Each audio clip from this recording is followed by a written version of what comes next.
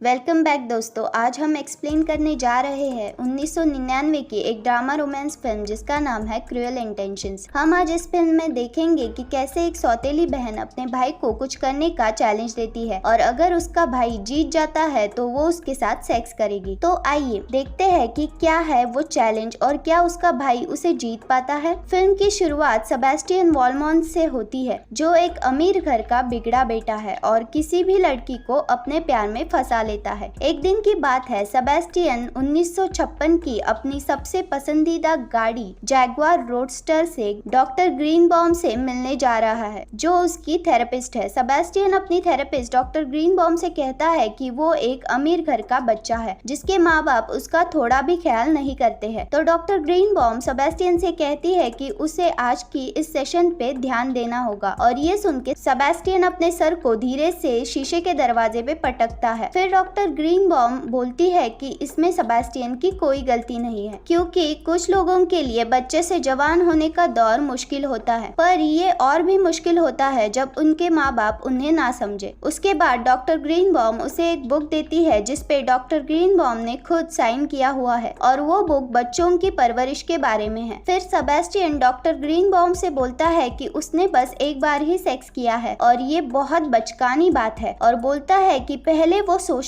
था कि डॉक्टर ग्रीनबॉम एक आकर्षक और कातिल पैरों वाली औरत है जिसकी वो फोटो निकालना चाहता था, पर अब उसे लगता है कि वो बहुत प्यारी है और सेबेस्टियन डॉक्टर ग्रीनबॉम से फिर से मिलना चाहता है। तो डॉक्टर ग्रीनबॉम सेबेस्टियन से कहती है कि वो अपने बुक टूर की वजह से कुछ महीने उससे नहीं मिल पाएगी, पर अगर सेबेस्टियन को कभी उसकी जरूरत हो तो वो उसे कॉल कर सकता है। और ये सुन के सेबेस्टियन बोलता है कि वो डॉक्टर ग्रीनबॉम को गले लगाना चाहता है। तो डॉक्टर ग्रीनबॉम उठ के उसे गले लगाती है और तभी डॉक्टर ग्रीनबॉम के असिस्टेंट का कॉल आता है और वो कहती है कि डॉक्टर ग्रीनबॉम की बेटी उससे बात करना चाहती है। तो डॉक्टर ग्रीनबॉम अपनी असिस्टेंट से इंतजार करने को बोलती है जब तक सेबेस्टियन वहाँ है। तभी अचानक बात बिगड़ गई जब सेबेस्टियन फोन के बगल में रखी डॉक्टर ग्रीनबॉम की बेटी की फोटो को उठाता है। डॉक्टर ग्रीनबॉम ने अपनी बेटी की तारीफ की और बोला कि वो बहुत बड़े यूनिवर्सिटी में जाती है। तो उस पे सेबेस्टियन ने बोला कि उसे डॉक्टर ग्रीनबॉम की बेटी के जैसी ही लड़की चाहिए। ये सुन के डॉक्टर ग्रीनबॉम ने बोला कि उसकी बेटी सेबेस्टियन की औकात से बाहर है और ये बोल के सेबेस्टियन को वहाँ से भेज दिया। उसके बाद डॉक्टर ग्रीनबॉम ने अपनी बेटी का कॉल उठाया। उसकी बेटी बहुत रो रही है और बताती है कि जिस लड़के से वो प्यार करती है उसने उसे धोखा दे दिया और उसे छोड़ दिया है। फिर उसकी बेटी बोलती है कि उस लड़के ने उसकी अश्लील फोटो भी पोस्ट कर दी है। ये सुन के डॉक्टर ग्रीनबॉम गुस्से में आ जाती है और अपनी बेटी को डांटने लगती है कि वो इतनी लापरवाह कैसे हो सकती है। तो उसकी बेटी बोलती है कि वो लड़का बहुत स्मार्ट है और बोलता था कि उसके पैर कातिल है और वो उसकी फोटो निकालना चाहता है। डॉक्टर ग्रीनबॉम ने जैसे ये सुना वो समझ गई कि वो लड़का सेबेस्टियन ही है और वो समझ जाती है कि सेबेस्टियन वॉलमॉन्ट सिर्फ एक अमीर लड़का नहीं है बल्कि वो लड़की फंसाने में भी माहिर है जिसने उसकी बेटी की अश्लील फोटोज पोस्ट करके डॉक्टर ग्रीनबॉम की बुक को गलत साबित कर दिया है। उसके बाद जब सेबेस्टियन घर जाता है तो वहाँ उसकी सौतेली बहन जिसका नाम कैटरिन जो बिल्कुल सेबेस्टियन की तरह है, वो अपनी फ्रेंड सिसिली और उसकी माँ मिसेस कॉर्डवेल से अपने स्कूल के बारे में बात कर रही है। मिसेस कॉर्डवेल चाहती है कि उसकी बेटी सिसिली भी कैटरिन की तरह स्कूल में फेमस हो जाए। तभी सेबेस्टियन रूम में आता है, मिसेस कॉर्डवेल को ताना मारते हुए कुछ बोलता है और सिसिली को बोलता है कि सिसिली का शर्ट अच्छा लग रहा है। तो ये सुन के सिसिली अपने पैरों को फैला के बोलती है कि ये शर्ट उसके पिता ने दिया है जब वो सब ऑस्ट्रेलिया के ट्रिप पे गए थे। तो सेबेस्टियन की नजर सिसिली के पैरों के बीच में पड़ी और उसने कुछ बोला। उसके बाद कैटरिन सेबेस्टियन की हरकतों की वजह से मिसेस कॉर्डवेल से माफी मांगती है और बोलती है कि वो सिसिली पे ध्यान देगी। फिर मिसेस कॉर्डवेल और सिसिली वहाँ से चले जाते हैं। उसके बाद कैटरिन सेबेस्टियन को बताती है कि वो सिसिली का इस्तेमाल करना चाहती है क्योंकि सिसिली की वजह से कोर्ट रेनॉल्ड जो कैटरिन का बॉयफ्रेंड था उसे छोड़ के चला गया है और अब कैटरिन चाहती है कि सेबेस्टियन सिसिली को अपने प्यार में फंसा ले, पर सेबेस्टियन इस बात से मना कर देता है क्योंकि वो प्रिंसिपल की बेटी जिसका नाम एनेट हार्ग्रोव है उसे फंसा के उसके साथ सेक्स करना चाहता है। एनेट ने कुछ लिखा है शादी से पहले सेक्स ना करने पे। तो कैटरिन इस बात से मान जाती है और एक चैलेंज लगाती है कि अगर सेबेस्टियन एनेट के साथ सेक्स नहीं कर पाया तो सेबेस्टियन को उसकी जैग जैगवार रोडस्टर कैटरीन को देनी होगी, और अगर सेबेस्टियन एनिट के साथ सेक्स कर लेगा तो कैटरीन सेबेस्टियन के साथ सेक्स करेगी। सेबेस्टियन और कैटरीन सौतेले भाई बहन है, पर वो एक अजीब से रोमांटिक रिश्ते में है। उसके बाद जब सेबेस्टियन पहली बार एनिट को फंसाने की कोशिश करता है तो वो नाकामयाब रहता है, क्योंकि एनिट को पता है कि वो कैसा लड़का है। दूसरी तरफ रोनाल्ड क्लिफोर्ड जो सिसिली का म्यूजिक टीचर है, वो सिसिली के प्यार में पागल है, तो उसका फायदा कैटरीन उठाती है और उन दोनों को साथ में समय बिताने पे मजबूर करती है ताकि रोनाल्ड सिसिली के साथ सेक्स कर ले। उसके बाद सेंट्रल पार्क में भोली और प्यारी सिसिली ने पिंक और ग्रीन शर्ट और स्कर्ट पहन रखा है और कंधे पे एक स्वेटर लपेट रखा है। वही कैटरीन ने पूरी ब्लैक ड्रेस पहन रखी है, जैसे कि स्कर्ट, एक गोल सा चश्मा और एक बड़ी सी टोपी, और ऐसा लग रहा है कि वो दोनों गर्मी की इस चमकते दिन को अनदेखा कर रहे हैं। फिर कैटरीन सिसिली से पूछती है कि क्या सिसिली ने कभी अपनी गर्लफ्रेंड को किस किया है, तो सिसिली बोलती है कि उसने ऐसा नहीं किया है। फिर कैटरीन सिसिली को सिखाने का सोचती है, तो सिसिली कैटरीन की तरफ मुड़ती है और कैटरीन उसे बोलती है कि वो अपनी जीभ को सिसिली के मुंह में डालेगी और सिसिली को अपनी जीभ से कैटरीन की जीभ को मसाज करना है। इस तरह कैटरीन सिसिली को किस करना सिखाती है। दूसरी तरफ सेबेस्टियन ब्लेन से मिलने जाता है, जो उसके स्कूल का ही एक स्टूडेंट है, ये पता लगाने के लिए कि एनिट को सेबेस्टियन के बारे में कैसे पता लगा। फिर उसी रात ब्लेन को पता लगता है कि ग्रेग मैकॉनल जो एनिट का एक्स बॉयफ्रेंड है, उसे सेबेस्टियन के बारे में पता है और उसने ही एनिट को बताया होगा। उसके बाद एक दिन सेबेस्टियन ग्रेग और ब्लेन को साथ बेड में देख लेता है और उनकी फोटो ले लेता है और ब्लैकमेल करके उनसे सब सच पूछता है, और तब सेबेस्टियन को पता लगता है कि ग्रेग ने एनिट को नहीं बताया है। बाद में सेबेस्टियन को पता लगता है कि एनिट को सिसिली की मां मिसेस कॉर्डवेल ने बताया है, तो सेबेस्टियन बदला लेने के लिए सिसिली को फंसाने का सोचता है। और दूसरी तरफ कैटरीन सिसिली और रोनाल्ड को अलग करने का सोचती है अपने भाई का बदला लेने के लिए, तो कैटरीन मिसेस कॉर्डवेल को सिसिली और रोनाल्ड के बारे में बता देती है, और जब ये बात मिसेस कॉर्डवेल को पता लगती है तो वो रोनाल्ड को जॉब से निकाल देती है। उसके बाद सेबेस्टियन सिसिली को अपने घर बुलाता है, ये बोल के कि रोनाल्ड ने उसके लिए लेटर भेजा है। पर जब सिसिली सेबेस्टियन के घर आती है तो वो उसे ब्लैकमेल करता है और उसके साथ जबरदस्ती करता है। अगले दिन सिसिली कैटरीन को रात के बारे में बताती है कि सेबेस्टियन ने उसके साथ क्या किया, तो कैटरीन बोलती है कि सेबेस्टियन को सेक्स के बारे में बहुत कुछ पता है और सिसिली को सेबेस्टियन से सीखना चाहिए ताकि वो रोनाल्ड को बेड पे खुश कर सके। अभी तक जो भी हो रहा है ये कैटरीन और सेबेस्टियन ने मिलकर किया है। उन दोनों ने रोनाल्ड से सिसिली को लव लेटर लिखवाया और सिसिली को घर पे बुलाया ताकि वो सिसिली और रोनाल्ड से बदला ले सके। कैटरीन ने रोनाल्ड के काले होने का फायदा उठाया और मिसेस कॉर्डवेल से उसे जॉब से निकलवा दिया, और ऐसा